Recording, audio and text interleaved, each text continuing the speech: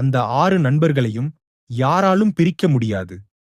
நவின், தமிழ், ராம், பிரகாஷ், ரகு, சாரன் இந்த 6 பேருக்கும் பயமென்றே தெரியாது. யாராவது ஒரு ஐடியா சொன்னாலேயே அடுத்த நொடியில் முடிவு செய்து விடுவார்கள்.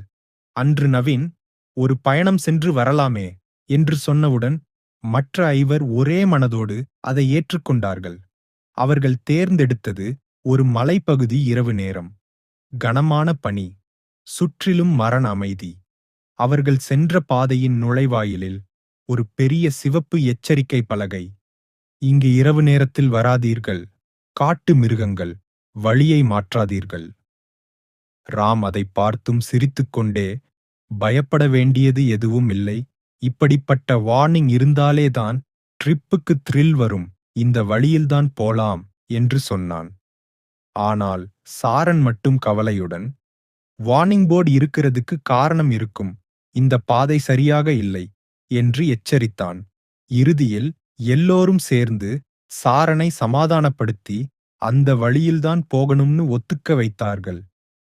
சில நிமிடங்கள் கழித்து அவர்கள் கண்முன்னே ஒரு பண்டைய அரண்மனை தோன்றியது. கல் சுவர்கள், இரவொளியில் மின்னும் நுழைவு, மன்னர் கால கலைநயம். ஆச்சரியத்தோடு அவர்கள் உள்ளே சென்றார்கள். ஒரு அறையை தேர்ந்தெடுத்து ஓய்வு எடுத்தார்கள். அந்த நேரத்தில் காலியான நடைபாதையிலிருந்து ஒரு பெண்ணின் அழுகை.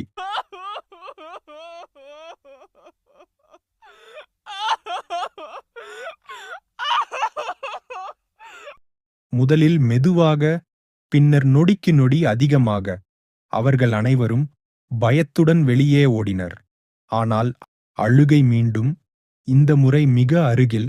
அவர்கள் திரும்பிப் பார்க்கும் முன்பே அந்த சத்தம் திடீரென நின்றது. அதே நேரத்தில் தமிழ் மட்டும் காணாமல் போனது. அவர்கள் ஒவ்வொருவரும் வேறு அறைகளை தேடினார்கள். ஒரு அறையிலிருந்து காப்பாற்றுங்கள், காப்பாற்றுங்கள் என்ற தமிழின் குரல். அவர்கள் உள்ளே ஓடினர். ஆனால் அறையில் யாரும் இல்லை. அந்த சத்தம் பக்கவாட்டில் இருந்து. ஆனால் எங்கிருந்து என அவர்களுக்கு புரியவில்லை. அதே நேரத்தில் ராம் மட்டும் ஒரு கருப்பு உருவத்தைக் கண்டான்.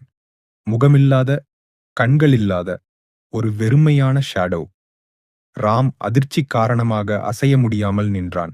ராம் ஏன் அந்த பிசாசின் முகத்தைப் பார்த்ததும் அதிர்ச்சி அடைந்தான். என்ன நடந்தது?